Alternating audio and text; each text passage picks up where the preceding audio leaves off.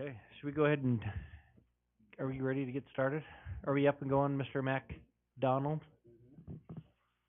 Thumbs up? Okay. Very good. We apologize for the little bit of delay. We're a few minutes late. So we do have a scheduled workshop for this evening to discuss matters concerning local school funding, process issues, and policies. I'm hoping we have a little bit of information prepared and ready. I was going to follow up on that today, Mark, and I apologize I didn't. On that, for at least from our end. So I don't know if we have anything or if we're just going to hear from our good colleagues from our school districts, which would more than suffice on that. But kind of the reason for this, obviously this has come up a lot in our public hearings, both from the council and from the schools. And so I'd like to recognize those that are here. I recognize a few of the faces, Dr. French, Mr. Palmer, that are here. The other names, I apologize, I don't know, but hopefully by the end of the evening I will. But just a quick background, then maybe we'll just jump into it with turning it over to our schools. Obviously, funding is a big issue right now.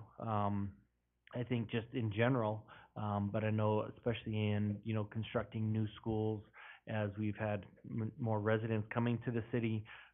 Our numbers are growing exponentially and continuing to do so. Building is slowing a little bit, but people are still coming. There's still jobs, things of that nature. So still having those issues. And so I thought, it'd be good just to have a little discussion talking about funding. How do public schools get funded versus say like a charter school? How come a charter school doesn't have to go out and ask for bonds to build a new school? Why can they get a loan when a public school can't get a loan? And different things like that. And so I thought let's just have a really good discussion and maybe some questions. And we may end the night with more questions than answers, but that's okay because then we can come back with those answers later on that. But just and I think it'll help us too it'll help the council and myself that have a little better understanding of because these are serious matters. And I know it's been good. I was just talking with Councilor Doty. We've started to see in the paper some items of perhaps legislation this coming year, even impact fees. I've seen that in the paper a few times. I thought that maybe that ship had sailed, but maybe it hasn't. So that hopefully could get some discussion in regards to that. I think it merits at least discussion, and so it's going that way. I know there's a working group going on right now. I know we were just talking about, perhaps setting up a building fund for the schools that could, apply and try to get some funding for, construction of actual physical assets and properties. And then also if there's anything we should be aware of. I know that there was a code change, I don't know how long ago, but not too long ago, that basically outlawed portables. It made it very, very difficult to build portables. I know we were able to find some. There was out at Skyway Elementary, which is just up the street from me. They needed to put in 2 portables, and they submitted it, and we're told, no, you can't do that because we changed the code, and they're not allowed anymore. We were able to find a way around that, thank goodness, because they showed it on a previous plan before that code was adopted, so we were able to say, well, you're grandfathered in. But, we want to make sure we're aware if we're doing things. Sometimes there's unintended consequences. I don't think that was the reason for that code change, but that was an unintended consequence where it made it really difficult to put portables in. And so, if those things are coming up, we need to be aware of those. And if we do, then we can fix that and change the code, which I think we're doing right now in regards to that. So anyway, so that's kind of where we're at. Just want to kind of discuss the matters. And so maybe Mr. Palmer, I don't know if you mind kind of going first and just kind of come and talk to us about, the issues that you've been facing. And obviously this is not in regards to any specific development, which is kind of nice, right? And just things that maybe we should be aware of, things that you've realized, and maybe potential solutions in the future. Yeah, so I just want to thank you, Mayor Wagner, for inviting us in the first place. And I also want to thank Dellen Allen. She's our Director of Finance for the Valley View School District. She's put in a lot of time trying to make school finances easy, which it's not. It's a ball of wax, as Dellen likes to say, but she's going to make it as straightforward as she possibly can. I also think this is a great opportunity as well because there's a lot of misinformation that floats out in the public.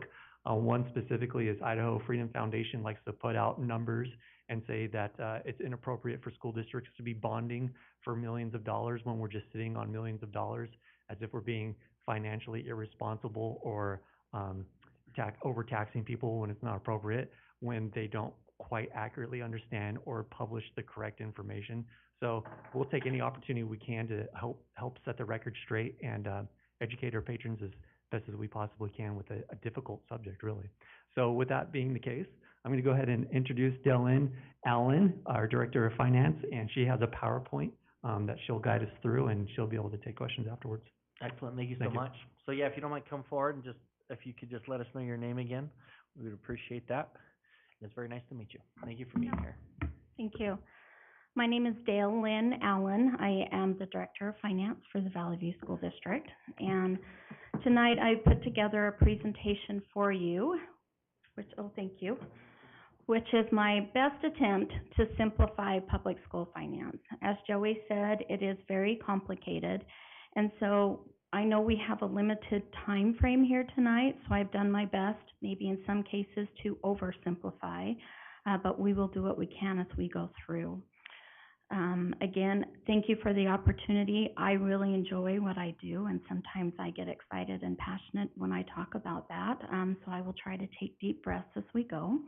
As part of our outline tonight, I would like to go over general fund, which if you think of your own checking account, that's kind of what the school's main checking account is. There's few strings with that. We do have some statutory requirements that we have to spend from those funds, but we'll talk about general fund. And then we're going to go into the other funds or the restricted funds. And these funds have to be set aside for a specific purpose. I often tell my friends when they ask what I do, I manage the books for 20 small companies. If one company has money over here, I can't take it from that company and put it somewhere else. And so it is quite the balancing act when we are looking at school funding. And one thing tonight, I just brought some simple examples just for educational purposes as we go through. I know that at the end I've left time for questions, but it's up to the council if you feel a need or if you would like to ask me questions during the presentation while we're on that particular slide. I'm okay with that because sometimes it's easier to answer that question when that topic is discussed than to wait till the end, but I will leave that to the mayor to decide. No, I think that would be great. Yeah, if there's a question come up, probably just I'm cover open it, to but either. then, yeah, let's do it. Thank you. All right. So as we mentioned, when we're dealing with school finance, I always like to use a compound gear as a example. So we have an elected board that then has to take our community needs and our student needs and put those together. And then on the other side, we have some strings, and that's typically our state appropriation language and the statutory requirements that are written in code for school districts. We also accept federal money, so we do have some federal program requirements that we have to follow as well. And then as a district as a whole, we are looking at all of the operations, anywhere from all the employees. You've got nutrition, if they have bus operations in their district, safety and security operations. We even have to look at the student programs, and we have to balance all of these together to determine what can we do with the funds that we are given. As I mentioned, general fund is kind of like our checkbook. It's where the majority of our state funding goes into. And while there are some statutory requirements, we can make some decisions as to how we want to spend that money. Now, our funding comes from the state legislature through that appropriation through the Department of Education. And the two ways that we receive the majority of our money is through salary-based apportionment. So that is what the state will allow, how many teachers they will give us and pay us for. The other one is discretionary. That is a per unit amount, comes kind of in and I always use the word buckets, a large bucket, and then we can kind of make decisions there. So those are the two things I chose to focus on tonight because that's where the bulk of our money comes from for general fund. Quick question. So with the general fund, that money, is that calculated based on how many students you have? That's how much money you get, or? Correct. And that leads great into my slides, so okay. Thank you. Yeah. For the next little bit, you're going to have students equal units, and that is how it is determined. So the number of students equal the number of units that the state will fund, and then that unit number depends on a couple of things as to how we receive our funding. A few years ago, well, let me back up. Education has typically been funded on average daily attendance, meaning students in chairs in school. On a good day in the Valley View School District, we can have up to 200 students not attending school. Over the last 2 to 3 years, the State Board of Education has done a temporary rule which allows us to be funded by enrollment. Enrollment is defined for one student. They have to be enrolled in a class for 1,200 minutes. So looking at the number of students enrolled, that's what equals the number of units. So how are units determined? This slide we could spend several minutes on, probably half an hour, so I'm going to just summarize very quickly. It is in code as to how they calculate units, but basically units are determined by the number of students in each grade, and then the units that are generated vary by the grade. Well, why is that? As they go through school, grades 6 through 12 typically have more programs. They now have elective classes. There's a little bit more cost involved with some of the higher grades than some of the lower grades. Another way that units are generated are any students who may be in the alternative or our special education programs. Again, why? It costs a little bit more money to educate those students. Sometimes they need smaller classrooms. So again, those particular programs help drive the number of units that a district would receive. So now that we've determined a little bit on understanding students based on enrollment, then we gather the number of units. Then the number of units determine what will the state pay us for staffing, and then our discretionary funding. So the first thing I'd like to look at is our state support for salary-based apportionment. Each unit funds 1.55 FTE. That is a full-time equivalent employee.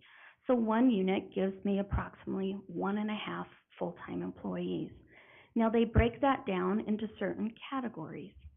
Teachers get 1.021 of that 1.55 FTE. So that means funding for teachers comes from the 1.021. Pupil services, which we'll discuss who runs in that category, is a 0.079. Our administrators bring in a 0.075, and then last classified is a 0.375. So for a quick example, I've tried to run some numbers, and I did use the Valley View School District numbers because they're just the easiest reports I have. So when we look at number of students, we look at the number of units. The Valley View School District can generate 484 units last year. Well, that broke down to 484 times the 1.55 FTE, a total of 751 funded positions. And then you'll go and look for teachers, that was 495. For pupil services, which include our occupational therapist, our physical therapist, nurses, counselors, psychologists, social workers, and our speech pathologists, or language pathologists, that also is 38 positions for that. Our principals and athletic directors, to include any administrators, possibly in the district office, is 36. And then everybody else falls into the classified category. I myself, for my position, fall into this category. So you're looking at school support staff, you're looking at classroom aides, not only for your general education students, but also for those one-to-one aides that are needed for our special education students. You're looking at the secretaries, attendants, registrars, bus drivers, technology, custodians, maintenance, and even the district office personnel who help with payroll and finance. Now, I did include the numbers to show that we are funded in the Valley View School District for 751 positions. We actually have 898. And so we'll kind of talk a little bit about that and why. Once we determine the number of units, and then we determine the number of positions that the state will fund us for, then there's a whole nother calculation as to how we receive the money.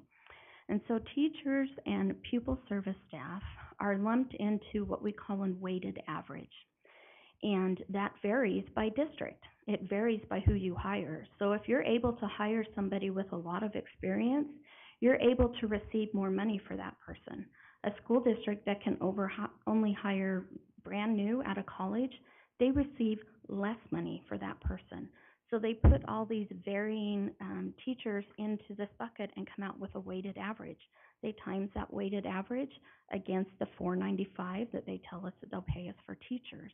And so it's kind of important to know that not all that funding is equal when it comes to those districts. It depends upon who we can hire and how we can attract them. When we're looking at principals and our administrative staff, they are funded based on an index placement. But the base salary for that index placement is $41,491. And then when you look at classified staff, the base salary for that position is $24,841. So one full-time classified employee would earn me $24,841.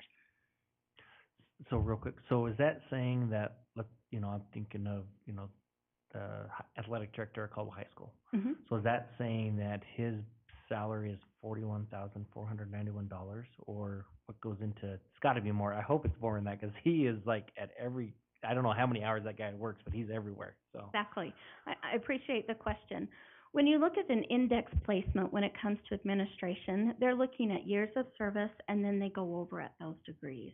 So based on that index, they combine all the administrators, times it by the base salary, and then give us an average salary. That average salary sometimes is not even close to what we're paying our current admin staff. As you know, to get a good athletic director who does a great thing, sometimes you need to pay them a little bit more.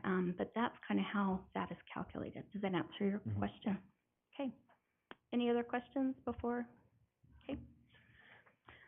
All right. So we've determined number of students equal number of units equaled how many staff the state would fund us for. So now we're going to go to the discretionary portion of the discussion.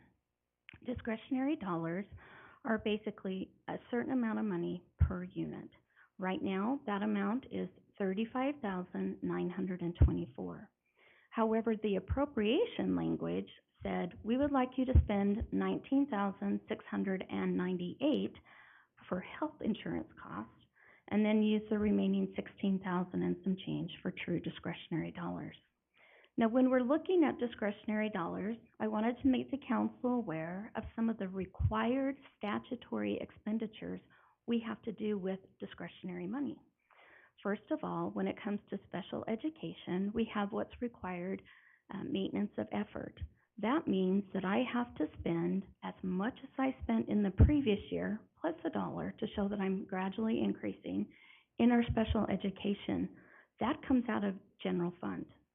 Another thing that comes out of general fund is we are required to spend 2% of the replacement value on our buildings. The state determines that amount, and then we have to spend it. Now, there are some lottery distributions that we receive from the state to help cover those costs, but they don't cover all of those costs. So we typically pick them up in our general fund, or in Valley View, we run a plant and facilities fund or levy. That helps cover some of those costs that we are required to spend by the state. As I mentioned in health insurance, the appropriation language did change in the past. We've been able to use that $35,000 however we'd like to have used it, but now they've really said no. We want you to use this $19,000 plus for health insurance. If we don't spend it all on health insurance, then we can move it to discretionary, but this has been one of those hot topics in the news regarding health insurance. Last but not least, we do have some transportation costs. We do receive reimbursement from the state, but typically that's about 80%, so we pick up the remaining 20%. For purposes of this, I did run some quick numbers again, using our 484 units times by the 35,000 and some change. It comes up to roughly $17.4 million. Due to appropriation language, I have to set aside 9.5 for health insurance, and that leaves my discretionary funding at 7.8. You'll notice special education maintenance of effort is 7.1, and our student occupied building maintenance is 2.2. As you can see, we're in the hole. There are some things that as a director of finance that we can do. We do have some of those other funds and other programs. If some of the costs that we can't cover in general fund will fit within those program requirements, we can move them. But if they don't, then that leads us to our next discussion, which is a supplemental levy. Those must be voter approved, and they're typically approved for the maintenance and operation of the school district. The needs vary by the school, so it's really up to that school board who's been elected by that community as to what they would like to have in the services that they provide their school students. Typically, a supplemental levy will cover costs above and beyond what we receive from the state. And some of those costs include additional teachers so that we have smaller classrooms. The big one is school resource officers.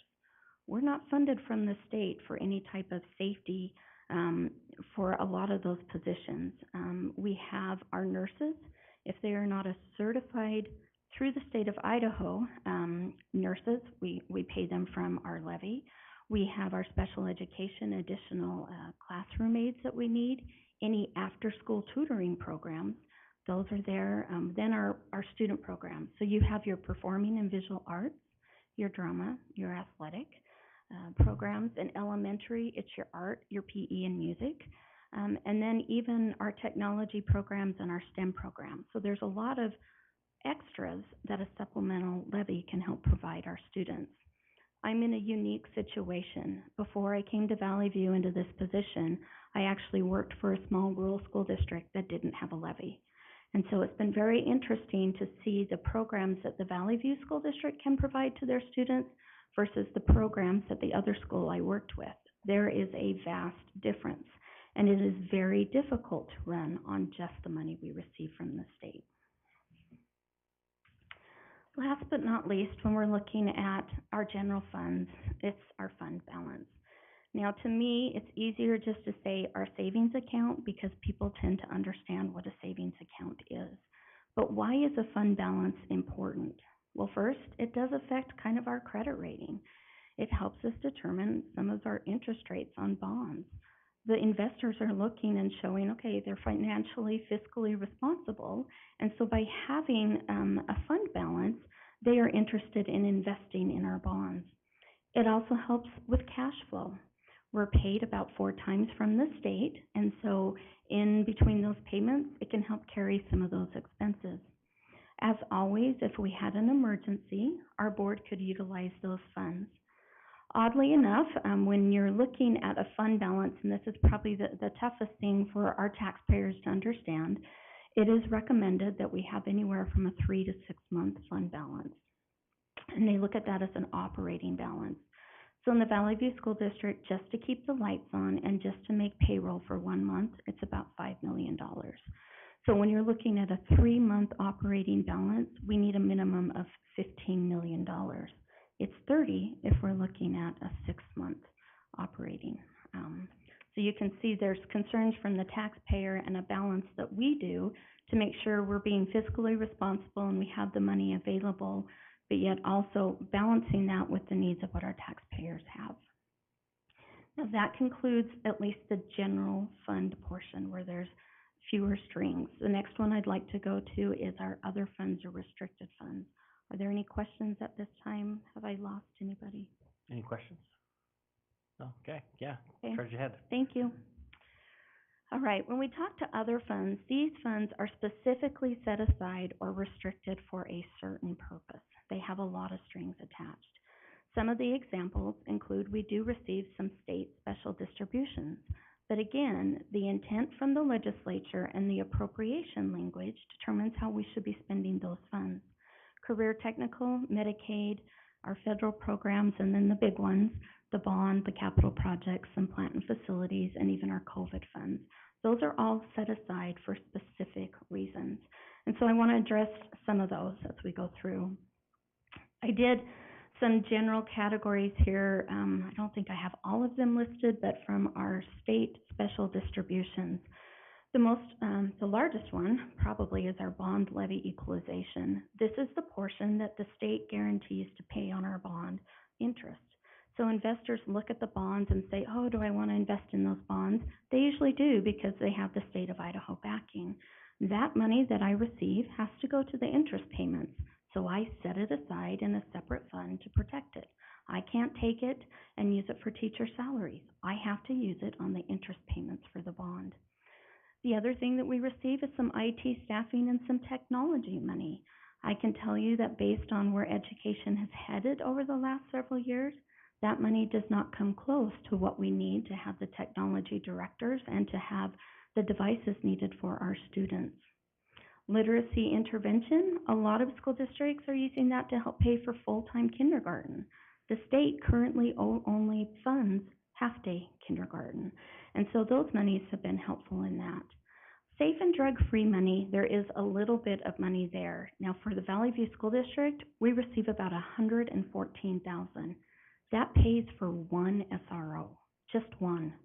And then the remaining balance we try to use for vape detectors, for security cameras, if we need to make any changes to our locking facilities, that's what that money is utilized for.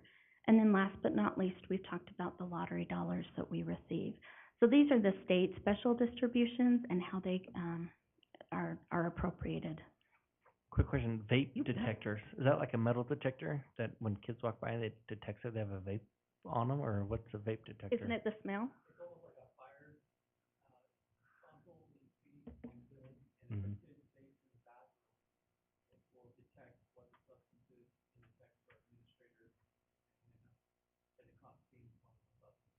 I like the last part. So, okay, I just learned something. So, Great question. We're good? okay, yeah. Okay. Just to go over some of these other funds, we do accept Medicaid reimbursement. So for those services rendered to qualifying students, we are able to receive some reimbursement from Medicaid. But what it requires is that the school has to pay a Medicaid match. Well, guess what? That match comes from general fund. So we have to pay, I think right now the percentage is about 23% in order to receive those Medicaid reimbursed services. Food and nutrition, that's our school lunch program, and that is by the federal government. So there are federal guidelines that they have to follow, and they have to make sure the meals meet those guidelines, and they are even audited through the state to make sure that they're meeting those requirements. Our federal programs as a whole, but the funding is provided to schools that have a high poverty level. And so then what we are to do is supplement the education of those students so that they can have an equitable education. So those programs ebb and flow depending upon our poverty level, and we can only use that money for those students that qualify. And so when you're looking at federal programs, I can't use that for the entire general population of the school. I only have to use it for those students that qualify for those programs. Okay, our bond, our capital projects, and plant and facilities. Currently in Idaho, the only way that we have to build a building, make some major renovations or repairs, is through bonds. It must be voter approved, and the voter determines, based on their vote, how we can spend those monies. What happens is then I receive the tax that I collect from them, and I put that in a separate account to where I can then only pay the principal and interest payments. Now, when we talk about capital projects, those are the bond proceeds. So when we ask the voter for a $55 million bond and they say yes, we get $55 million. So that goes into capital projects. And then I go through, and typically that has a small carry forward balance over 2 to 3 years as we build the facility and pay contractor payments. This is one of those things, as Joey mentioned, sometimes the article that he mentioned, they had looped in a fund balance from our capital projects. Well, I can't take that fund balance and go spend it on teacher salaries. That fund balance has been set aside to pay for what the voter has authorized me to do, which is to build a school. And so that's kind of how the bond fund and the capital projects funds work together. Last but not least is our plant and facility fund. In Valley View, we do have a plant and facility levy. It helps with maintenance, repairs, and upgrades to the facility. Again, it is voter approved, and as I collect those tax monies, it is set aside as well, so that I know what expenses are coming from those funds. Any questions? Just, so the bond is a 2/3 vote, correct? Correct. Plant facilities levy 50 plus 1. Correct, right?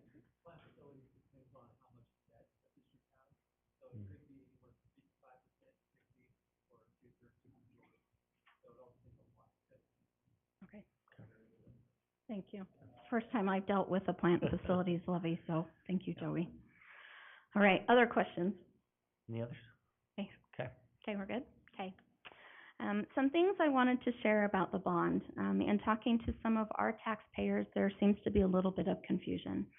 A bond is not like a mortgage. We don't divide that payment, or we don't divide the amount of debt and then pay the same amount every month. We don't do that. We're able to structure the debt based on a forecast. So we know that in 5 years, if we need to bring on a new building and need to ask the voters for more debt, maybe we pay a bunch of bond payments here, and then we bring the bond payments a little lower that are due so that we can add debt on top of it.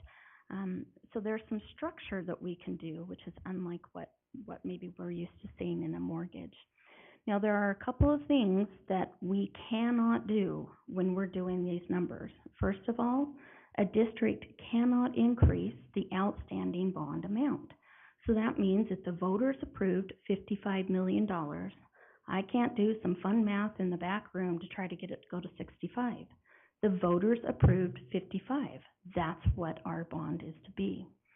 The next thing that a district cannot do is extend the bond maturity or the due date. So I can't then lump a bunch of bonds together, extend them out 10 more years to drop a levy rate. I can't do that. I have to be able to handle those bonds within the time frame that they are determined, which is 20 years.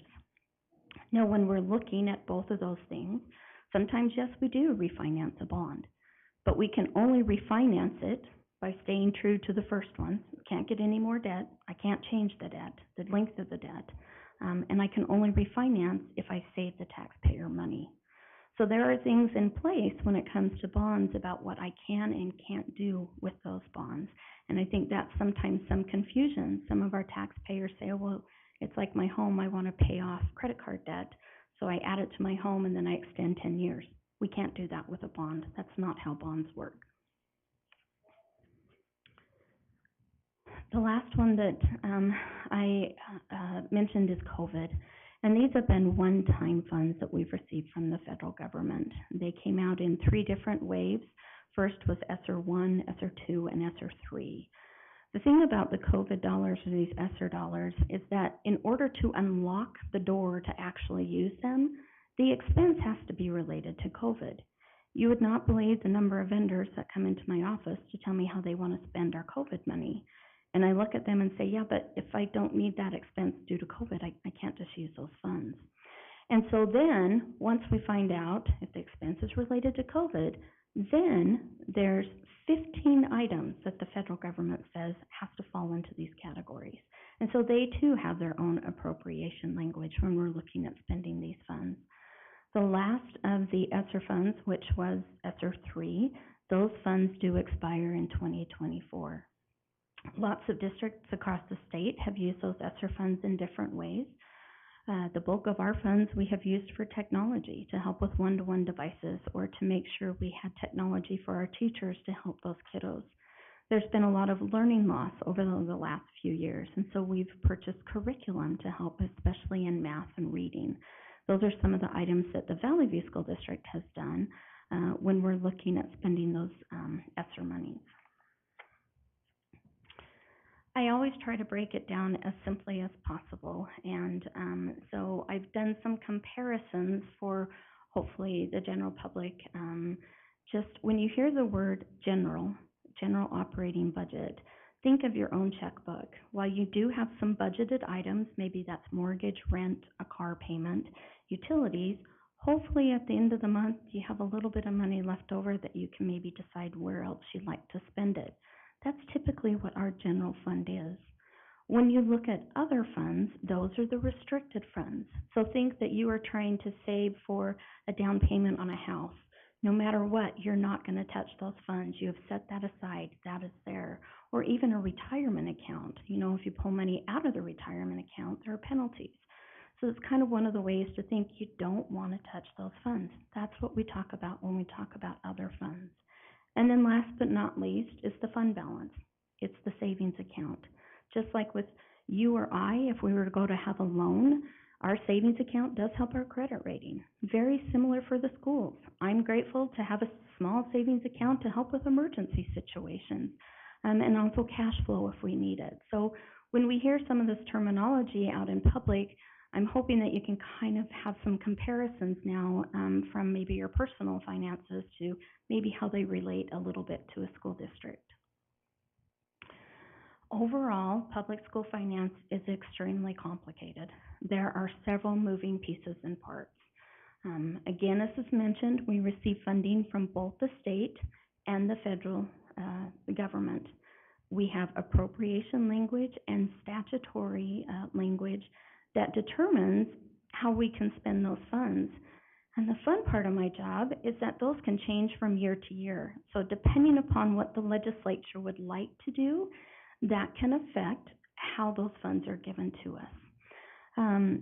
Just so that people are aware, financial data is to be posted on all the school districts' website. So I have to post my budget.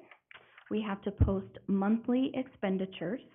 Then we're all have to receive an audit every year. That has to be posted to the website. And then what we do for an annual statement of financial condition. So at any time, our taxpayers should be able to go to those websites and find that information. I will tell you, some of it's a little difficult to read. And so I always tell my folks, if you want to come in, I'll sit down and walk you through the document, just so that they have a basic understanding of what it is they're reading. A few years ago, the state legislature did do some transparency laws or statutes that they would like to have the school district's information roll up to the state controller's website. I believe it's Transparency Idaho, I think is the website. And so we've been working with the State Department of Education to get that data. They hope to have that ready to go within a year. We're doing trial runs at this point with the data to make sure it pulls correctly. Last but not least, the State Department of Education does have some financial data for all the school districts in Idaho. And so you also can go there to find that information. So there are some places that you can find that financial data if you have some concerns. For me, it's always easiest, give me a phone call or send me an email, and I can do what I can to walk you through that. And I'm more than happy to meet there. Again, that's all I have prepared for now. I really appreciate the opportunity, and are there further questions? Yeah, any questions? Yes, yeah, go ahead. So, just Valley View's seeing a huge influx of students.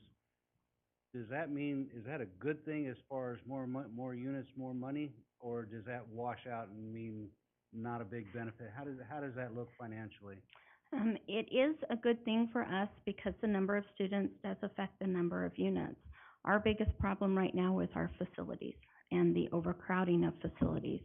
The only way we can get money for that is to go out for a bond, and that affects our taxpayers in a time of high inflation, and I can understand those frustrations. But typically, when we see an increase in students, it increases the units, which helps us add those extra teachers that are needed to fill those needs for the students. Gotcha. Yes, that's perfect. Thank you. See that?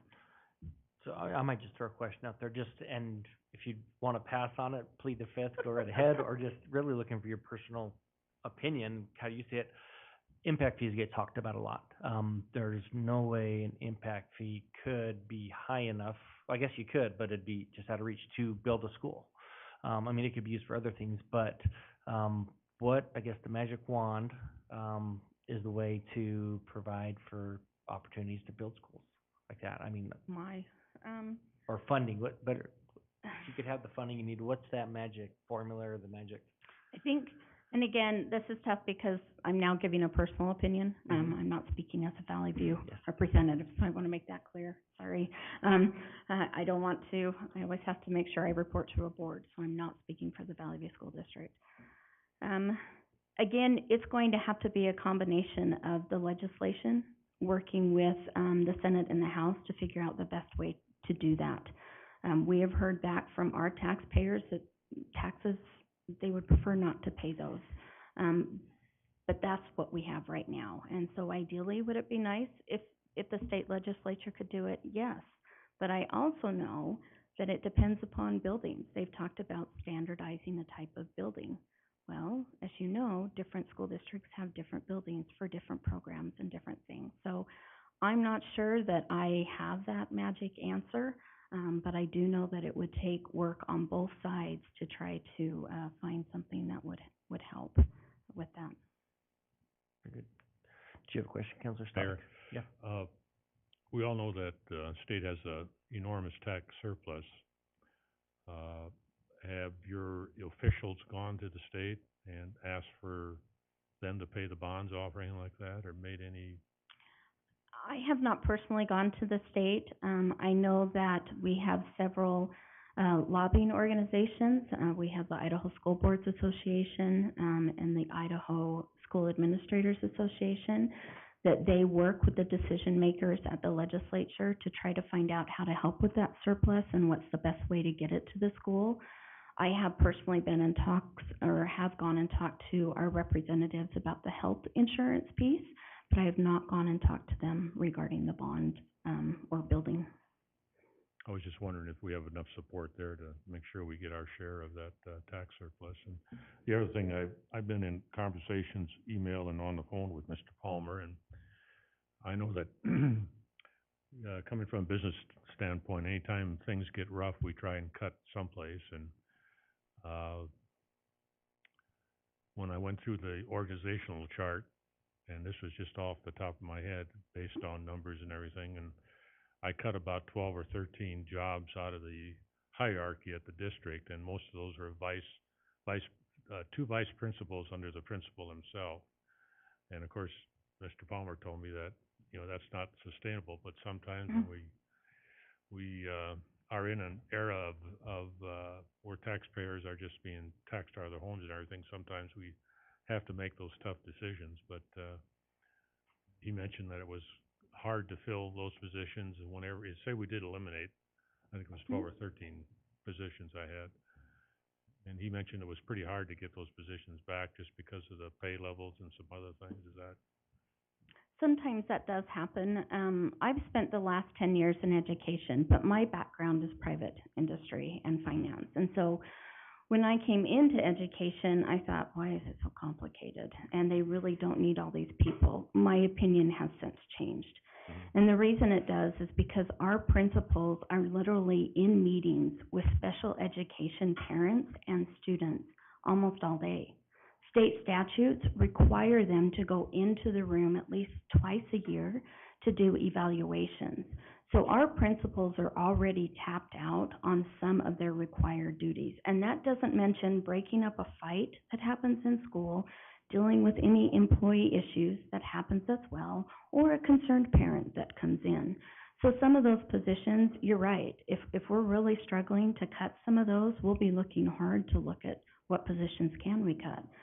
But just like I'm sure you're aware from your city, our government employees are tired.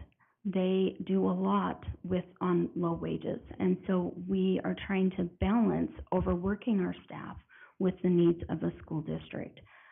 There is a lot of statutory language that I didn't realize as a taxpayer until I got into this position, a lot of reports that I didn't realize that needed to be done. Somebody needs to do those. And some of that help comes from the district office, but that's a little bit of, from the outside looking in, my opinion has changed a little bit, but I don't disagree. There are times that you do have to make tough decisions if necessary, and that's up to my board and the superintendent for those types of things. Last question I had, disregard the federal strings, but who makes up all these different formulas and everything? Are they educators or just legislators, or who makes up all these formulas? I would hope. I know recently the funding formula is being looked at, and so they're looking at multiple stakeholders. So they're looking at business finance folks. They've included us. They're looking at legislative folks. They brought in our administrators, which include our superintendents.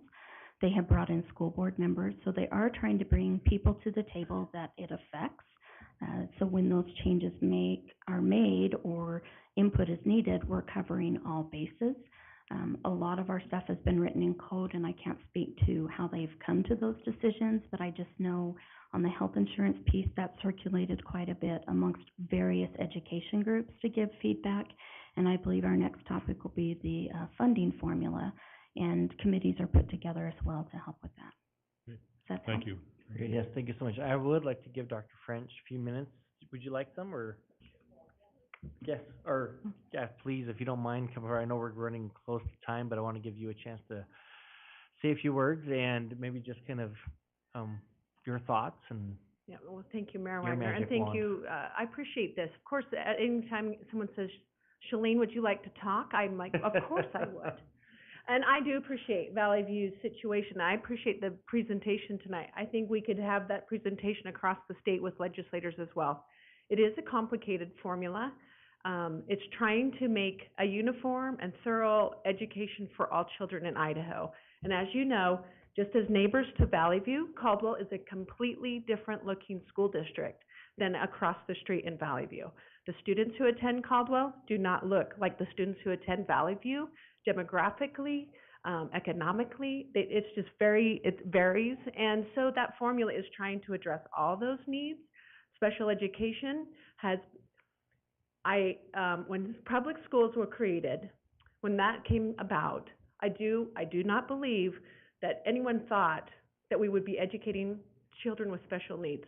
That came later in the 70s, and that is a very big lift, and it's very important that those children have an education and they're educated in public schools. But it is more, it costs more to educate a child with special needs, and as was shared with you, we have a maintenance of effort that we need to maintain. And of course we want to do that, and we want to make sure every child has that access. But it is not getting less expensive to find a physical therapist for a child. It's not getting less expensive to finding a speech pathologist. And those children need that service, and we need to be able to provide it. So I thank you for saying that. And we are seeing our money just like you are. The money does not go as far as it used to. So when we have a plant facility and we think, we're going to replace the roof at Jefferson Middle School, and 5 years ago, that replacement would have cost us $200,000. Today, it's over $500,000. If we want to replace an HVAC system at Syringa Middle School, the school's built in the 60s, it needs updated. We're thinking, okay, maybe we can get that changed for $500,000. Well, that's almost $800,000 today, and within a 3-year period, we have just seen the expenses for updating and maintaining our facilities, and I think you have experienced it as well. The costs of construction are enormous. Passing a bond, I'm not being sarcastic, but it is true. We had a conversation that we would probably be able to build a new school if we play the lottery and just donate our winnings to a new school, and we could probably name it Powerball Elementary, because our chances of passing a bond are less likely than us winning the Power School draw. So I'm not being facetious, but we think we probably have a better chance, because passing a bond is, Valley View had a super majority of people who voted for their bond, and yet it didn't meet the state requirement of basically 2/3, 67%. That is unreal. And you cannot continue to have the growth and not address the needs, because all children deserve a safe place to be educated. And thank you. I'll stop now. Thanks for the opportunity to speak. If you have questions, I'd stand for questions. But I appreciate this opportunity. Yeah, well, thank you for being here. We appreciate that. Any questions? I do have a question. Yes, Councilor Scher. One thing that I really wanted to get out of this from both school districts was where you're at, student-wise.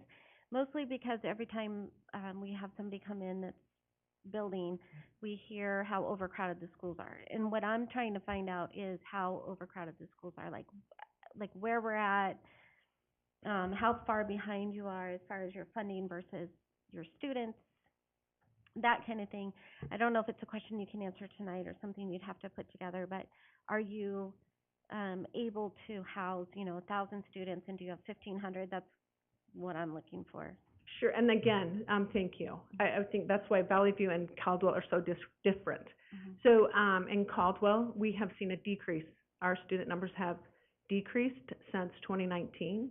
And, we are a district that is in an area that is surrounded by growing suburbia, but we do not, we're locked in, so we don't have a land, what do I say, a development area. It's multi-unit housing.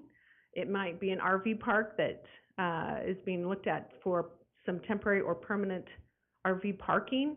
And so we have gone from around 6,200 students, we're down to around 5,600 students. So we have seen that decrease. It is just, individuals will move to a suburbia home. So if I'm gonna buy a $300,000 home, I may wanna live in the new home that's being built in the Valley View School District. So there is a difference, and I'd be happy, our finance officer, our chief financial officer, we would be happy to meet with you to share that. Okay, because what I'm looking for is the amount of students that you have right now, you can take care of with the budget that you have?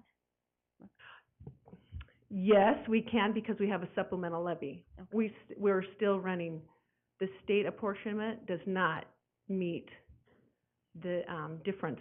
Okay. I hope that makes sense, and we'd be Yes. happy to meet with you. Yeah. Yeah, and what would be interesting too, and I don't know if you're able, either you pull this information, not right now, but so we have it, is how many districts in the state do not have a supplemental levy? I bet there's very, very few. There's 90-plus districts, that have One. supplemental levies out of Well, 99 districts. of the districts who can run them, there are 115 districts that could run a supplemental, and there are close to 90 90-plus districts. that have a supplemental, and several of those supplementals are in the $11 million plus range, especially those who live on the borders with Washington State. So Moscow, Pocatello is close to 10 million, Bonneville's 11 million, Idaho Falls is around 9 to 10 million. So ours is 4, and Valley View's 4.5. So I mean, if that's not proof right there that you're underfunded, I don't know what more proof you need than that. So, any other questions for me? Yes, Mr. Mayor, Councilor just Sonic. one more comment. I know I talked to Mr. Palmer about this too, but with the declining of students in the Caldwell district, has anybody talked about consolidation? And every time people talk about consolidation, there seems to be turf battles, and we need to stop that because that's not good for anybody, including the taxpayers. Thank you. I appreciate the question, and you are correct. There are individuals that would be a turf battle. It's also a financial situation to, not Valley View, pardon me, Nampa. A few years ago, there were patrons in Nampa who wanted to move to Valley View because the Valley View school was closer. And it is no small feat. And the financial obligations of the taxpayers who passed a bond on themselves in Nampa and now want to take over financial obligations in Valley View, there is some legal requirements for them as they're bonding. It is very complicated for the taxpayer who wants to move a district or who has the bonds and who pays for those bonds, who voted for those bonds, so it is not simple. Very good, excellent. Thank you so much. We are out of time, a little past our, but we so appreciate you being here, Dr. French and Joey, and those also that came and presented and are here. We hope that this gets that ball rolling, discussion started. And it's a joint effort, between us and the state. We can't just say, oh, it's all the state and it's their deal. We have a part in that, and so hopefully we can work together with them and with you and get some discussion. Again, it's all about discussion, I think, and talking about things and trying to figure things out. So hopefully this can kind of be that catalyst and whatever else we can do. So we appreciate that. So that'll conclude this workshop, and we will give a quick 60-second break to our city councilors and be back here to start very soon.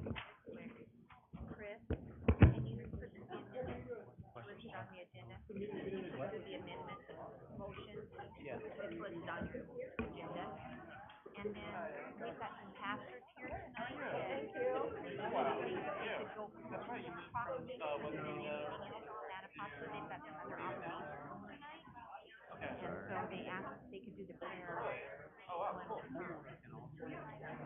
Right now it's with them doing this and then it was cutting in the middle. that like first thing or? So here's theirs, and then it would go with fire and then the others. And these for the, Right there. And then I had some phone calls about people that did not get the word about these being continued, so I don't know if you wanted to start the meeting saying if you're given for those three public hearings, it's been continued. I didn't know. And I didn't get to catch them at the door because we were in workshop. Hi, Sup? so item number 5 for Bridge Point RV Park, we asked it to be continued. The applicant called us today and they actually want to continue to January Oh, 17th yeah, it is meeting. better. Okay. The Attorney General is not really one that's gonna pick that up. Will you make sure to remind me on that when we go to that?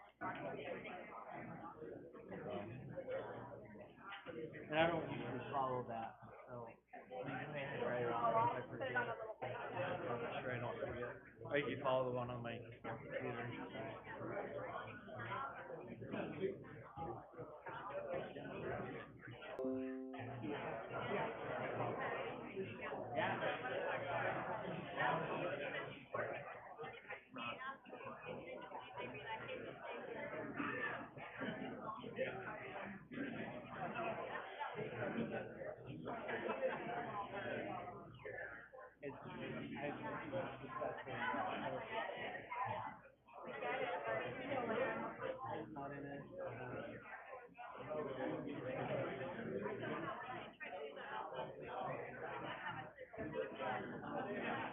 Thank you so much.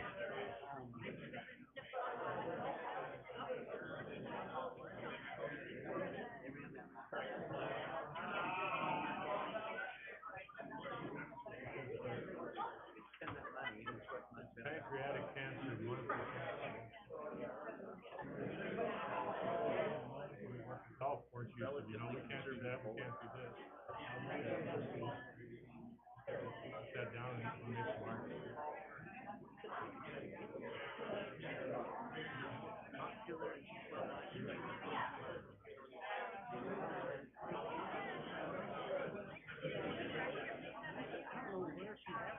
Because I've gotten advertising.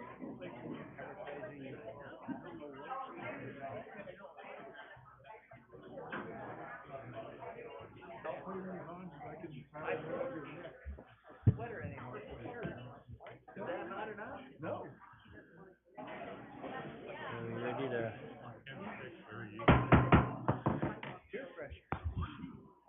So we're going to go ahead and get started.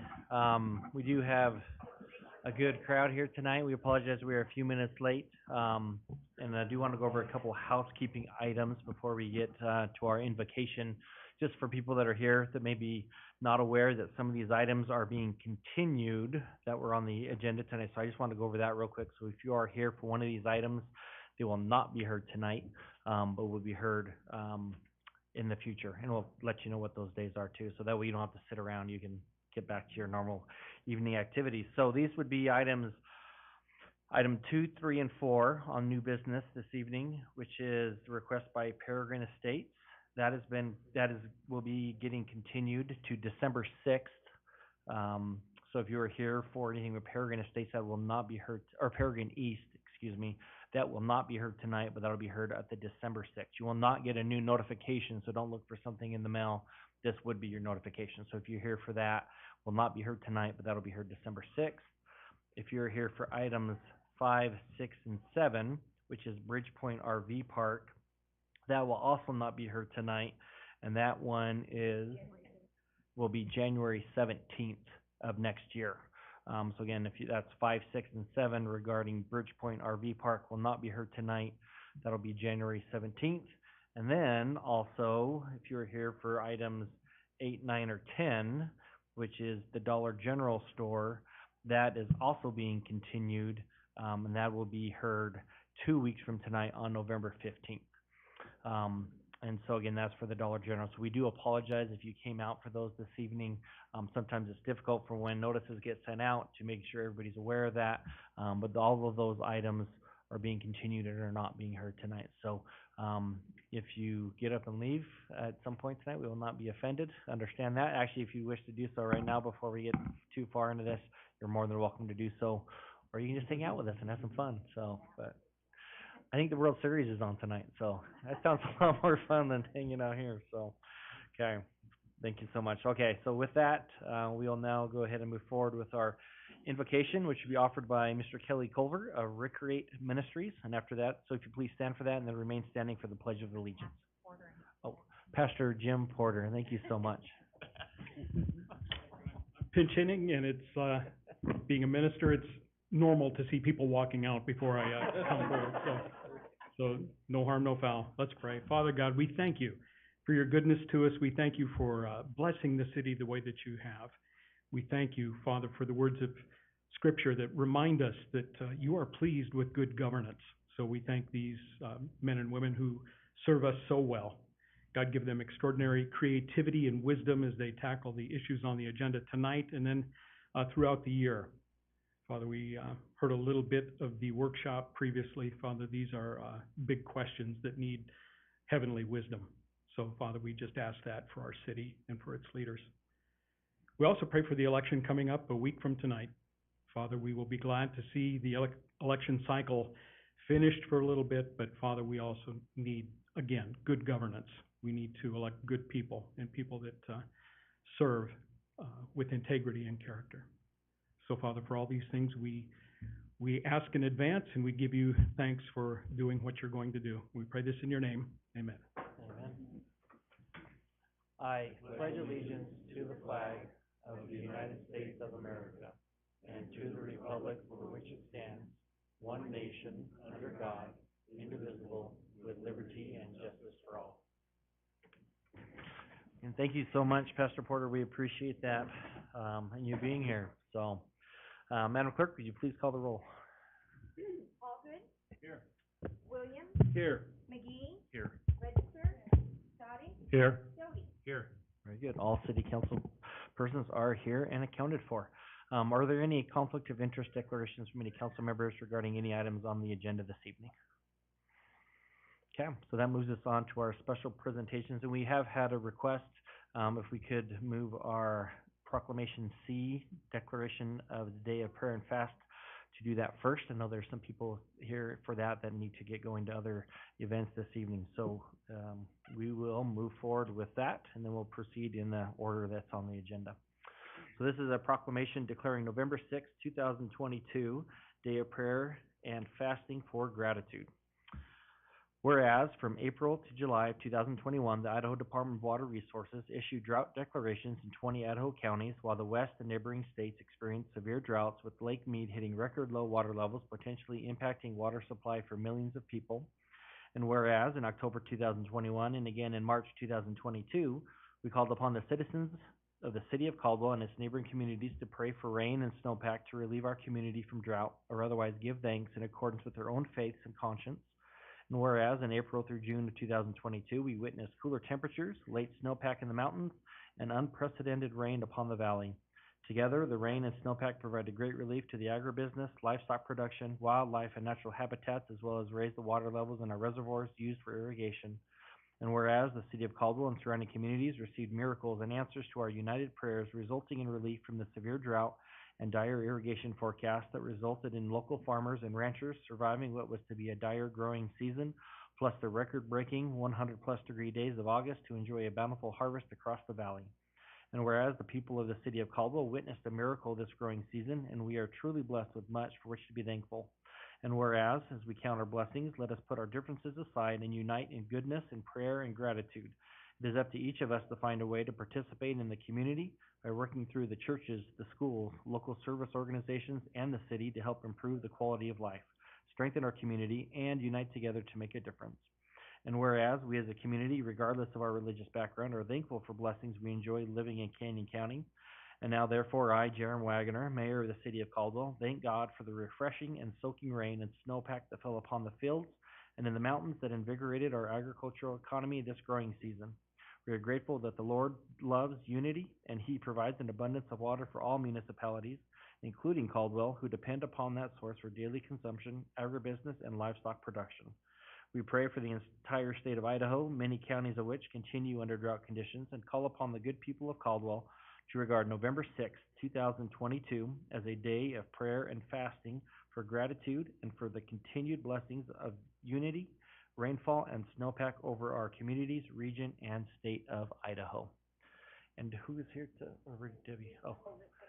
So if you are here, please stand. If you're here and or for this proclamation, if you'll please stand. And is there a spokesperson that, Debbie?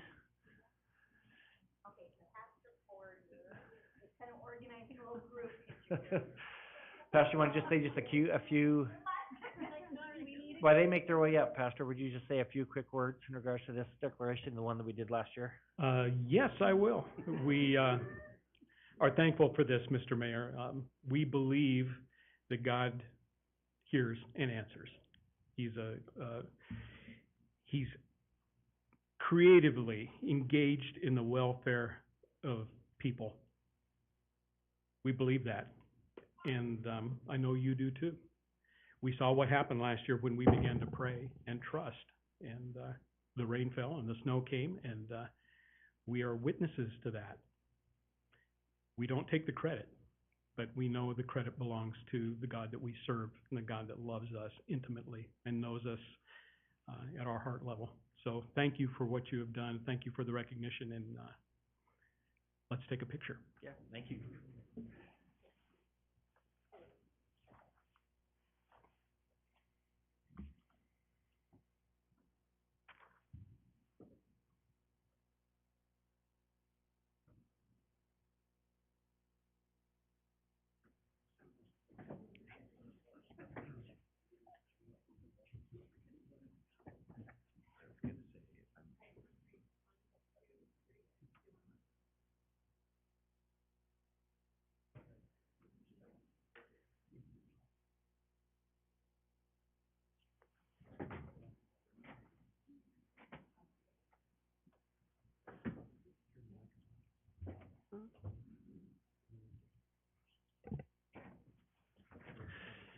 Thank you so much for being here, and we do want to give a special shout out to Kelly Jenkins, who is not able to be here tonight. Aloha, Kelly, wherever you may be. We won't say where, but anyway, we're grateful for her and all that work and effort she's put into this, and we do miss her tonight, but hope she's enjoying the sunny beaches of Hawaii.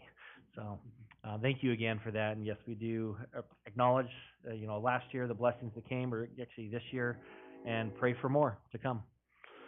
Okay, so that moves us on to special recognition by the Caldwell Fire Department for firefighters Jesus Gutierrez, firefighter Lacey Strickler, and firefighter Kevin Hargan. Chief. Mr. Mayor, Council, city staff, residents of Caldwell, Rick Frawley, Fire Chief, I want to thank you for this opportunity to honor and recognize 3 of our firefighters that have just completed probation. Probation is a grueling, rigorous process of testing, skills, competency, but also how our firefighters interact and interface with the other firefighters in the community. It's a process that we all go through as firefighters. It's a rite of passage. It's something to be proud of, and it's something to really need to honor as an organization. So tonight we have the badges that we're going to be pinning on these firefighters. The most important part is we have their families here. And it's something that we really want to recognize are the sacrifices those family members have made to their careers and supporting our firefighters. So I'd like to first start by inviting firefighter Strickler and her family up here for a badge pinning, and then we'll progress through the rest of the firefighters. Firefighter Strickler.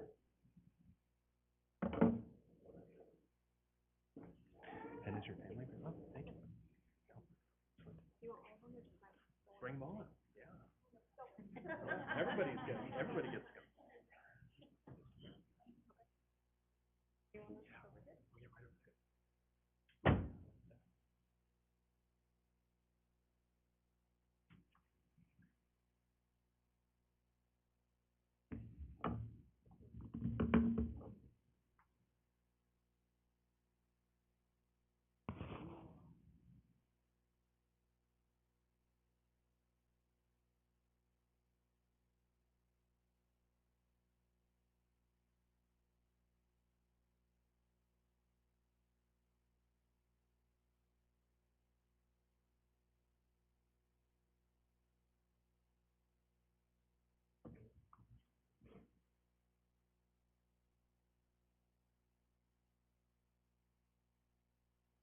We'll take another photo.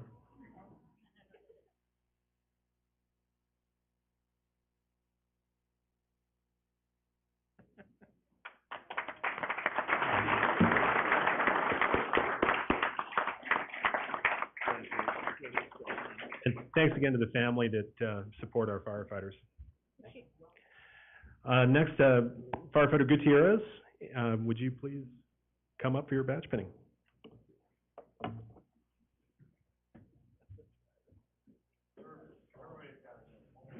Yeah. Congratulations. Thank you. Yeah.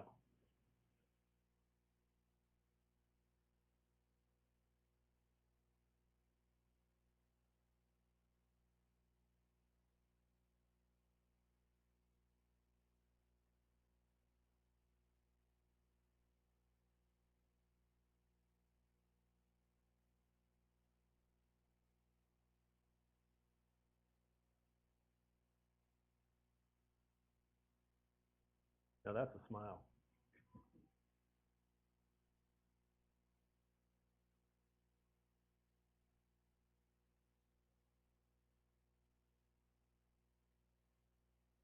Thanks again to the families.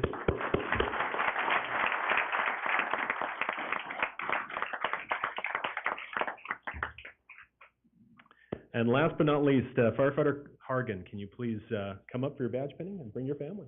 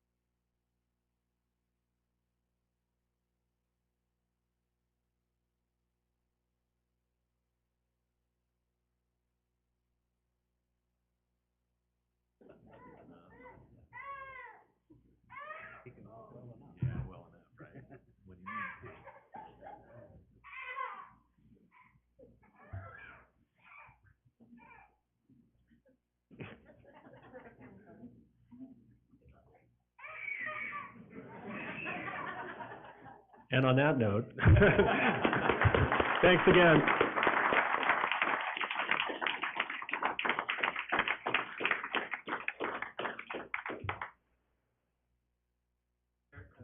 Turn that back on. Very special congratulations to those three. We're proud to have you with us, and we're excited to have many more of these in the near future. So welcome to the family, and thank you for bringing your families, because it is all about the families, and so it's great to have that, have them here with us, and to recognize and honor each of you. So thank you to you, and thank you to your families that have got you to where you're at right now. So that moves us on to proclamation declaring November 1st, 2022 as Extra Mile Day. So I will read this proclamation. Is there anybody here? Okay. So this says, whereas Caldwell, Idaho is a community which acknowledges that a special vibrancy exists within the entire community when its individual citizens collectively go the extra mile in personal effort, volunteerism, and service. And whereas Caldwell, Idaho is a community which encourages its citizens to maximize their personal contribution to the community by giving of themselves wholeheartedly and with total effort, commitment, and conviction to their individual ambitions, family, friends, and community. And whereas Caldwell, Idaho is a community which chooses to shine a light on and celebrate individuals and organizations within its community who go the extra mile in order to make a difference and lift up fellow members of their community. And whereas Caldwell, Idaho acknowledges the mission of Extra Mile America to create 550 extra mile cities in America, and is proud to support Extra Mile Day on November 1st, 2022. Now therefore, I, Mayor of Caldwell, Idaho, do hereby proclaim November 1st, 2022 to be Extra Mile Day. I urge each individual in the community to take time on this day to not only go the extra mile in his or her own life, but to also acknowledge all those who are inspirational in their efforts and commitment to make their organizations, families, community, country, or world a better place.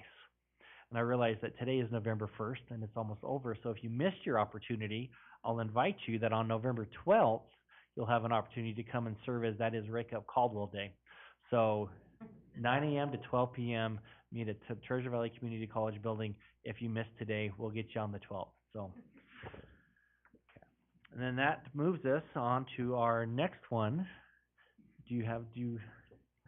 Okay, so this, we are actually going to have Counselor Register is going to read the first portion of this before we declare this one. And we want to recognize all the wonderful men and women in the back in uniform that are here for this very special occasion. Yes, I was going to say before I read this, I just want to thank my fellow councilmen and the mayor and everybody else for wearing purple, which is the signature color of pancreatic cancer, and the police department for providing these beads, which I'm not going to throw out there. And we even have light up ones. So here we go. Whereas it is estimated that in 2022, over 60,000 people will be diagnosed with pancreatic cancer in the United States, and almost 50,000 will die from the disease, and 95% of pancreatic cancer patients will die within the first 5 years. And whereas an estimated 270 people in Idaho will die this year from pancreatic cancer, and whereas the federal government invests significantly less money in pancreatic cancer research than it does in any of the other leading cancer killers, receiving only 2% of the National Cancer Institute's research funding. And whereas the IM 149 Foundation, honoring the legacy of Caldwell Police Officer James Chad Register, is committed to supporting those patients battling pancreatic cancer in Idaho and nationwide. And whereas the good health and well-being of the residents of Idaho are enhanced by a direct result of increased awareness and research into early detection, causes, and effective treatment.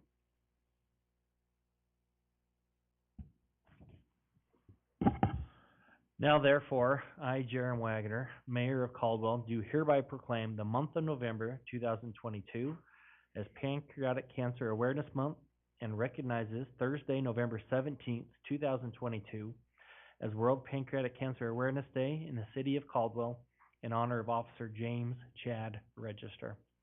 So thank you so much, Counselor Register, for bringing this to our attention. There was a wonderful story in the news this week highlighting Officer Register, who is one of the finest we had here at the police department, who passed in 2016, is that correct? From pancreatic cancer. So we want to make sure that we bring this to light, and really appreciate Counselor Register in helping to make sure that this happened today and to do that. So thank you so much. Yep. And Caitlin, Chad's daughter, is here to accept it, so she's a little nervous. If somebody wants to walk her up here to grab it, she'll come and get it. But got some armed escorts there. Many people have probably not seen her since she was little, tiny little, so she's not anymore. Want to say a few words? No.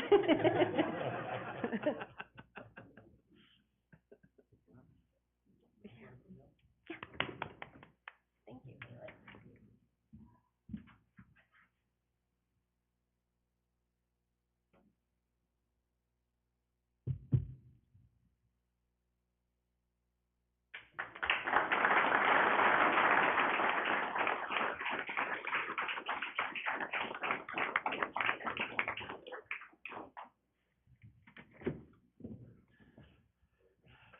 And I learned a lot through, this awareness. And that's what, the question came up is, why do we do these proclamations? Why do we do, Pancreatic Cancer Awareness Month or whatever it may be? And it's to bring exactly that awareness to things that maybe are overlooked so much. Pancreatic cancer, I did not realize how deadly of a disease that is. All cancers are awful and terrible, but pancreatic cancer, the number of people that it takes, the recovery rate is just abysmal. And so anything that we can do to raise awareness of things of this nature, like pancreatic cancer, and especially when we get to honor somebody like Officer Register, who died of that awful disease, very healthy young man, that took him very quickly. And so we just want to make sure that we, again, raise awareness for that and honor the legacy of, again, one of Caldwell's finest. And we appreciate all of the men and women in the back again, and our firefighters, our police officers do such a tremendous job. I think it was highlighted this week. We hate to highlight a tragedy, but it could have been much more of a tragedy. The fire that occurred at the, apartments, built a home converted to apartments at Chicago, and Kimball Avenue. It was a joint effort with our police and our firefighters this week, and saving people's lives. And that's what these brave men and women do day in and day out. Is they do that. And so we want to recognize, obviously, Chad this day, and pancreatic cancer, and just give our thanks to each and every one of you for all that you do for us. So thank you so much for that. And that turns us on to our audience participation. Is there anybody in the audience that would like to speak on an item that is not on the agenda before us this evening? Very good. Okay, so that does get us to our consent calendar. I know we do have an amendment on that. I think Council President Allgood was going to take care of that for us. Mr. Mayor, we have several changes to the agenda.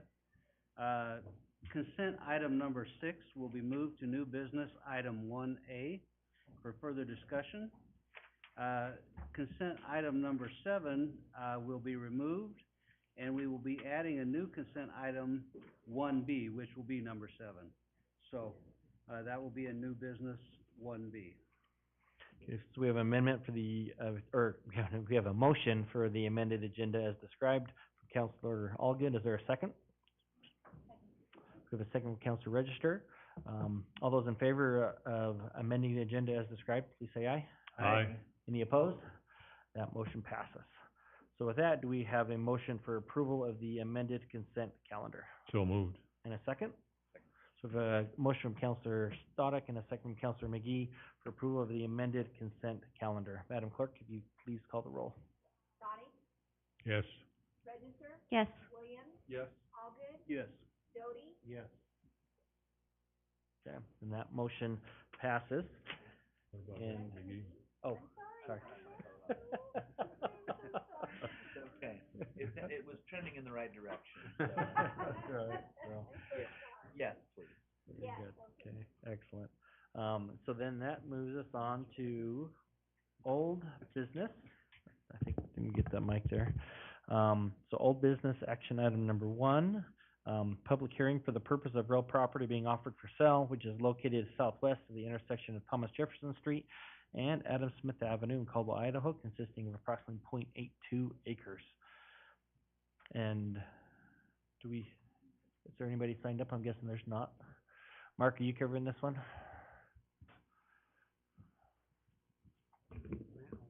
Yes, certainly I can, and I do have some familiarity with this. Thank you, Mayor. Good evening, Council. This is on the screen you'll see the property just north of the Gals Quad.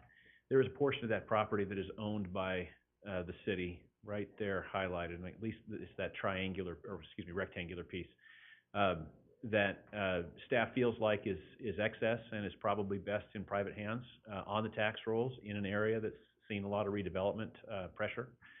There's been interest expressed by private industry in acquiring that, and the city doesn't have an immediate need for it or a need in the foreseeable future, and that kind of makes it excess. And so the statutory process has several steps. You would already have declared an intent to go ahead and do that, to dispose of that. Tonight's the public hearing where you'll take public input if there is any, followed by consideration of a resolution. The next step would be the sale of that property, which is required by statute to be by public auction. So staff will go ahead and auction it off. We cannot receive less than the declared value, which I think is $200,000. My experience with these is that nobody bids, but this is an area where there is some development pressure and some interest. We may see some bids above that. If so, we'll sell it. If not, then the city is free to go ahead and market it as you would any other real estate, which oftentimes includes, finding a realtor to list it. We've obviously got economic development staff that's good at selling things too. So so your job tonight I guess I'll just address the next 2 items under old business. Conduct the public hearing. Once that's over, consider the resolution, which would be to proceed with the sale of the property. With that, I stand for any questions you have. Okay. Any questions from council? Mr. Mayor, Councilor Stoddard? just curious, what is it zoned? You know?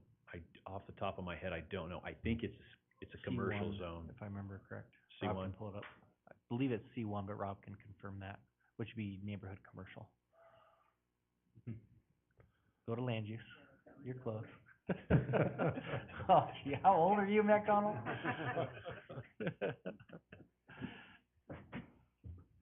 Yeah, no kidding.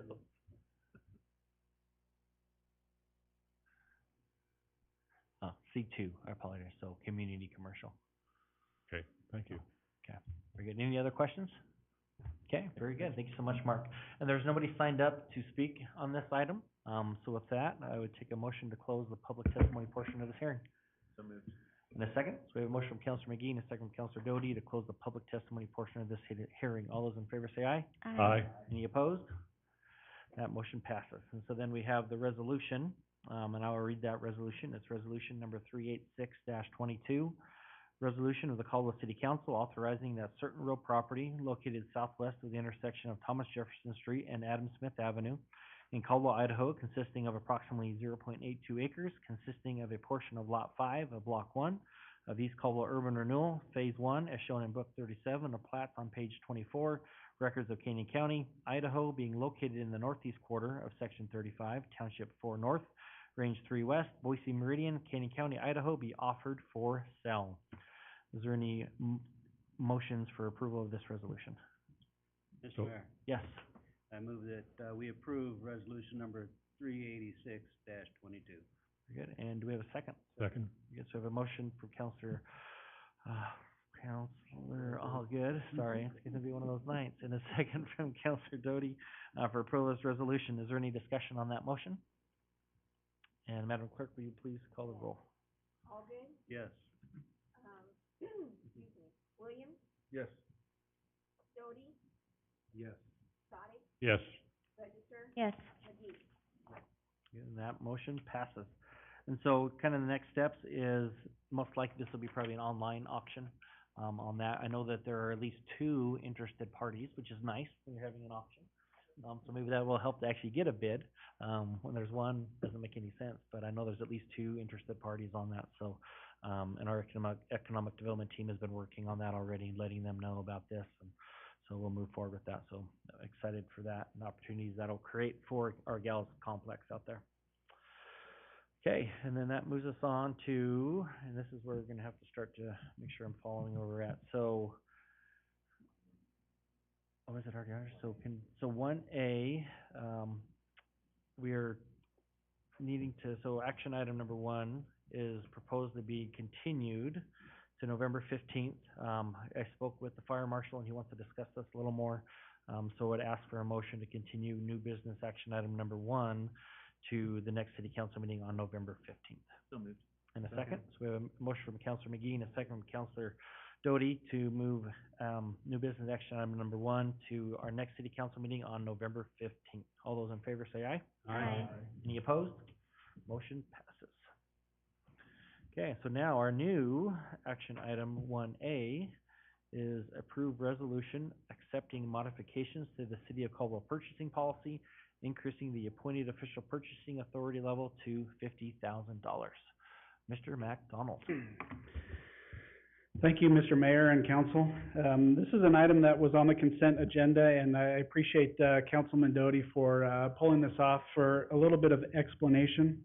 From my personal perspective, I don't really have a dog in the fight. This is just the discussion that we've had, and we were kicking this around, and we talked to the mayor, and we thought maybe this should be reevaluated. The state's purchasing policy requires anything over $50,000, between $50,000 and $100,000 for goods or what do they call it? Personal property to be informally bid, and then for construction work, anything between $50,000 and $200,000 has to be informally bid. Anything over the $100,000 threshold for personal property or over $200,000 for construction has to be formally bid. The purchasing, as it says in the memorandum, the purchasing policy places purchasing thresholds for appointed officials at $10,000. some of the items that we purchase have been exempted from this policy because they are items that we have to purchase every month. For example, the polymers and the chlorine and some of the things for the operation of the treatment plant and the water system. The threshold for appointed officials has traditionally, over the last 20 years, has been $10,000. But the purchasing power of $10,000 has diminished significantly over the years. Considering that some of these items are exempt from the $10,000 limit, staff, in consultation with the mayor, believes aligning the purchasing limit of the appointed officials with the statutory limit of $50,000 would be appropriate. And the attached resolution basically states that much. This would allow appointed officials to make purchases up to $50,000 without coming to council for items that are very typical purchases and items that are budgeted for and that are approved through the budget process. This would not permit appointed officials to make any purchases for things that are not already budgeted for in the current budget year. I guess with that said, I'm happy to answer any questions that I have, but we just wanted to bring this forward and see what the thoughts or concerns were with this policy. Very good. And I'll just add a few things and then we'll turn it over to discussion and questions on that. So yeah, as we were looking at that, obviously you said it's been 20 plus years since it's been adjusted from the 10,000 with inflation, especially this last year inflation. That number would be much higher today if it followed the inflation. And so there is already a list of items that are waived for this, that are monthly expenditures, and that list is growing and growing. And so we thought rather than continually adding to that list, let's look at, do we just increase that again? And this is for items that have already been budgeted for, presented to the council during the budget process.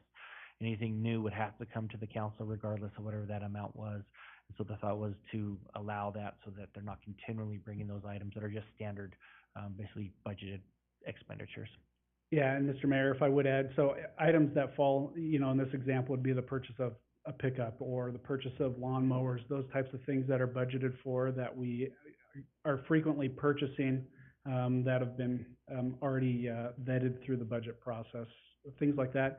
It would allow the appointed official to approve those purchases without that specific purchase having to come back through city council. There are many purchases, in my mind, there are purchases that I would certainly still run through city council to make sure that council is aware of specific things, but it's more of the housekeeping things and the operation things are the items that would fall more into this category in my mind. Yeah, and maybe just give an example of, okay, if you're wondering like, okay, then what would come before council? So for example, if you remember last year that we approved, or the council approved the autonomous mowers to be purchased. So that was not a budgeted item. That was something that we discovered, came upon, the golf course thought they could help them out. So things like that would still come to council. So like that autonomous mowers, even though it was under $50,000 for that, that still would come to council. The electric bikes, that were purchased, that was not part of the original budget last year. It was an amendment, so that came to council. Something like that still would. This would just be items that, again, were already presented as part of that budget on that regards. So, questions, discussion? Councilor Williams. Just perhaps as another example to help me understand this, we had already budgeted and approved the police cars, but at our last council meeting, we had to approve that again. So we would not need to do that under $50,000 because it was already budgeted. Is that right? And it was on the agenda because it was over 10,000, even though it was budgeted? Is that what you're telling me?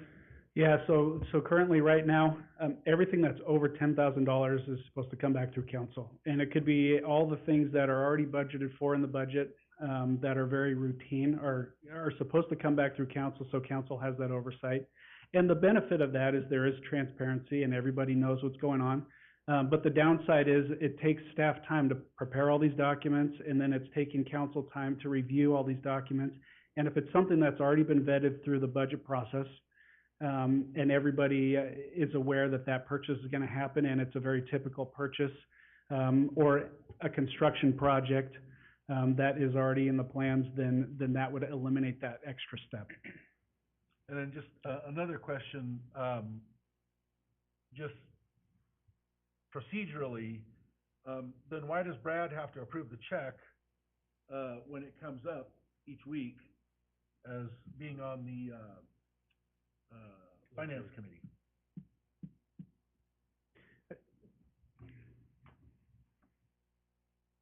We're gonna go to our attorney for that one, looks like. There is a statutory requirement that the council review expenditures, right? So, you know, what you're looking for is to make sure that all those expenditures are appropriate. Well, even at the $10,000 threshold, somebody could misappropriate funds.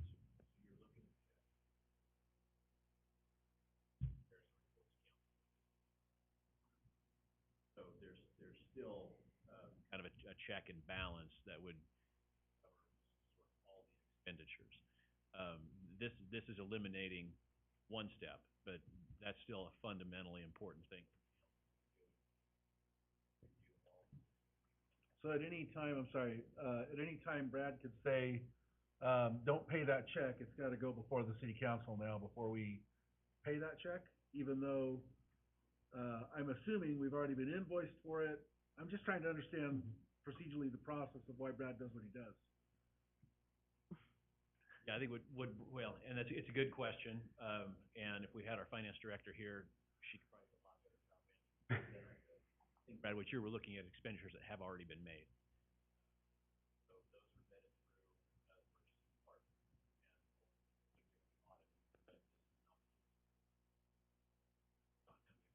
and saw something that was problematic, yeah, the money might already be spent, but at least you'd be able to address it, find out who's responsible and. Thank you, Brad. Yes, Counselor Doty. Add one thing to that. Oh, yeah. They do not release those checks until council has approval. So they do hold them. And I just wanna make sure that when Mr. Williams approves those checks, the same process is in place. He's putting on the. Not the only one going to jail here. Keep me, tell me. I'd like to speak on it just a little bit since I pulled it off, and I just wanted to make sure, again, for transparency, that these are items already budgeted. It wouldn't just be free spending authority to buy anything for $50,000. And so I just wanted that out there to ensure it's already items that have been approved and budgeted for. Good, excellent. Thank you so much. Any other yes, Counselor, all good. And this is not really a question, I think it's just kind of a given, and redundant, but I wanna make sure it's out there. Anything that we're spending that would touch fund balance needs to come to council. If money's in the bank and it's budgeted, I'm okay with it, but if it goes anywhere near fund balance, then we need to see that. Yeah, I think it has to, no matter what, if I'm not mistaken. If we're looking at fund balance to purchase something, is that correct, Mr. Hilty? Regardless what this amount is, that's coming to council. So, okay, yes, thank you for that clarification. Any other questions or discussion? Okay, very good. Then do we have, let's see here, we have a sponsor of bill number 37, ordinance number 3431. Oh, wait, I'm on the wrong one, resolution, so I guess I just have to read it. I want it short, thank you. Resolution number, hasn't been assigned, to be determined. Whereas Caldwell has established and adopted a procurement policy elucidating and setting internal controls and citing regulatory controls for purchasing and procurement and consistent with federal rules and Idaho code. And whereas it is desire of the city to empower the appointed officials of said city to acquire materials for the operation of said city within the limits set forth in Idaho code.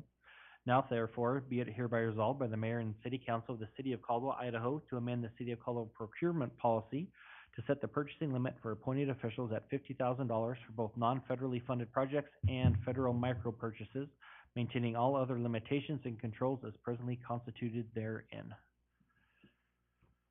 Do we have a motion for passage of this resolution? So moved. And a second? Second. So we have a motion from Councilor Doty and a second from Councilor, I'm just terrible with names tonight. Councilor Stoddick, there we go, man, for the adoption of this resolution. Madam Clerk, if you please call the roll. Doty, Yes. Sonic, Yes. Register, Yes. McGee, Yes. Alden, Yes. Williams. Yes. Good, that motion passes. Okay, and that moves us on to new business, action item 1B, approved resolution authorizing the city engineer and public works director to procure the Passero irrigation well drilling, having received no bids, in accordance with Idaho Code 672805-2B in the amount not to exceed $200,000. Mr. McDonald. Yes, thank you, Mr. Mayor and Council. The city is participating, or I should say partnering with, Passero Development, and Sears Point Development, in conjunction with Mallard Park to construct an irrigation well that will serve that entire area down there along Orchard Avenue. Mallard Park is currently served by potable water through well 21, and that is a situation where we want to get Mallard Park off that potable well so that that can serve patrons or citizens of the city, and not irrigation. And so we have partnered with these developments to try to get this well built. This irrigation well went out to informal bid last week. The requirements for informal bid is it has to be sent out in an email to at least 3 recipients, and then it has to be out for at least 72 hours, and then they have a notice or a deadline where they have to respond if they're willing to bid on it. In this case, we met the statutory requirements by the state. We received 0 bids, and so after 0 bids are received in an informal bid process, then the agency or the city has the opportunity to negotiate directly with any contractor that's capable or competent in doing that work and settling or negotiating on a price to get that work done.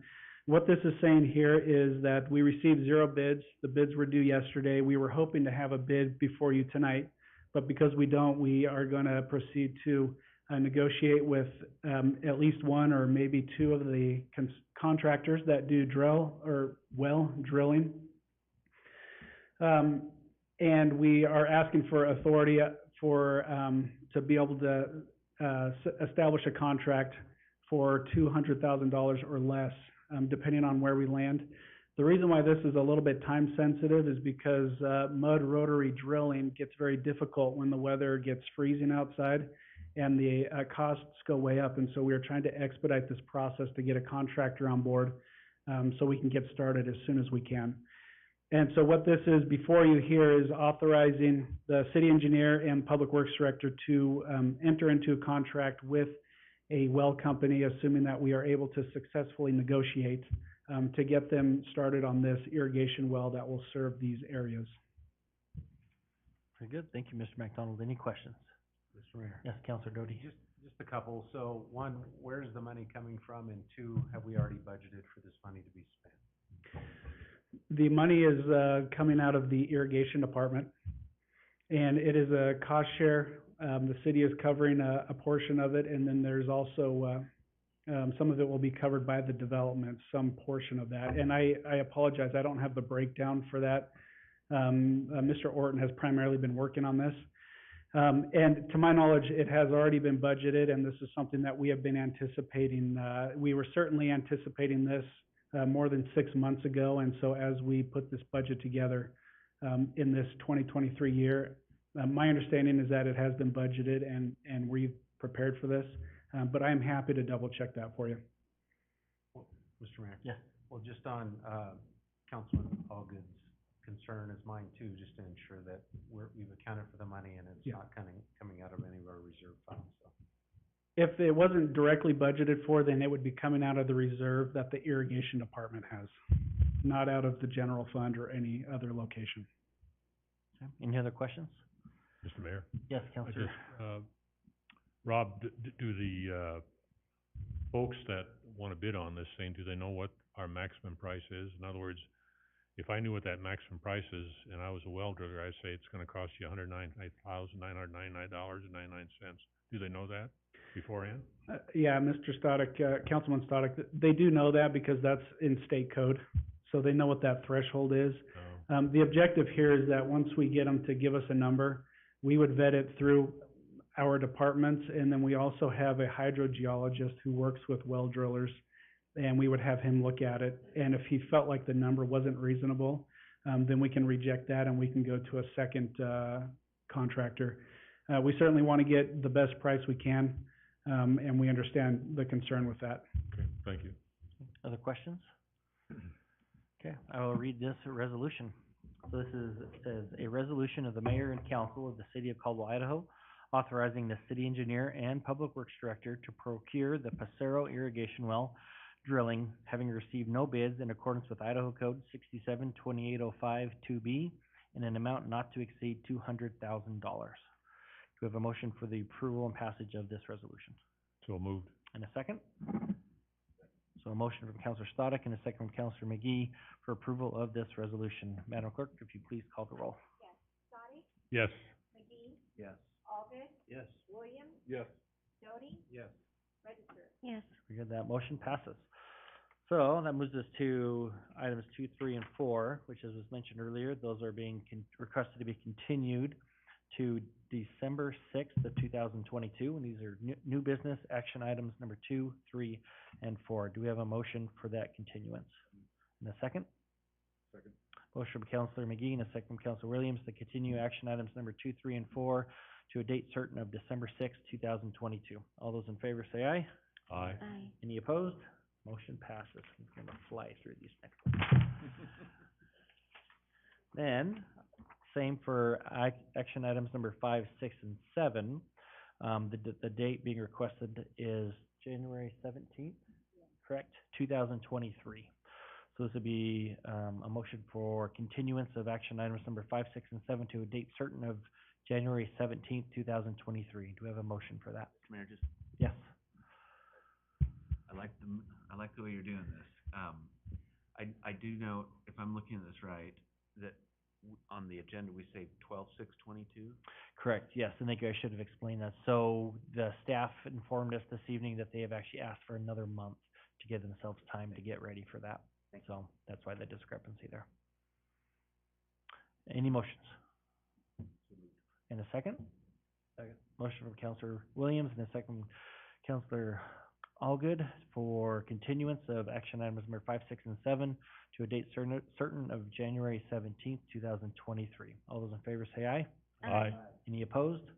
Motion passes. And that actually works out good because we've already continued one item to the 6th of December, so maybe it spreads it out a little bit. The next is action items number 8, 9, and 10. And again, we are asking to have these continued, and these will be continued to our next city council meeting is the proposal of November 15th, 2022. Is there a motion for that item to be continued to that date? So moved. And a second? Second. So a motion from Counselor Stoddard and a second from Counselor Register to continue action items number 8, 9, and 10 to a date certain of November 15th, 2022. All those in favor say aye. Aye. Any opposed? You guys are getting good at this. Man, we just went through like 12 items in like 90 seconds.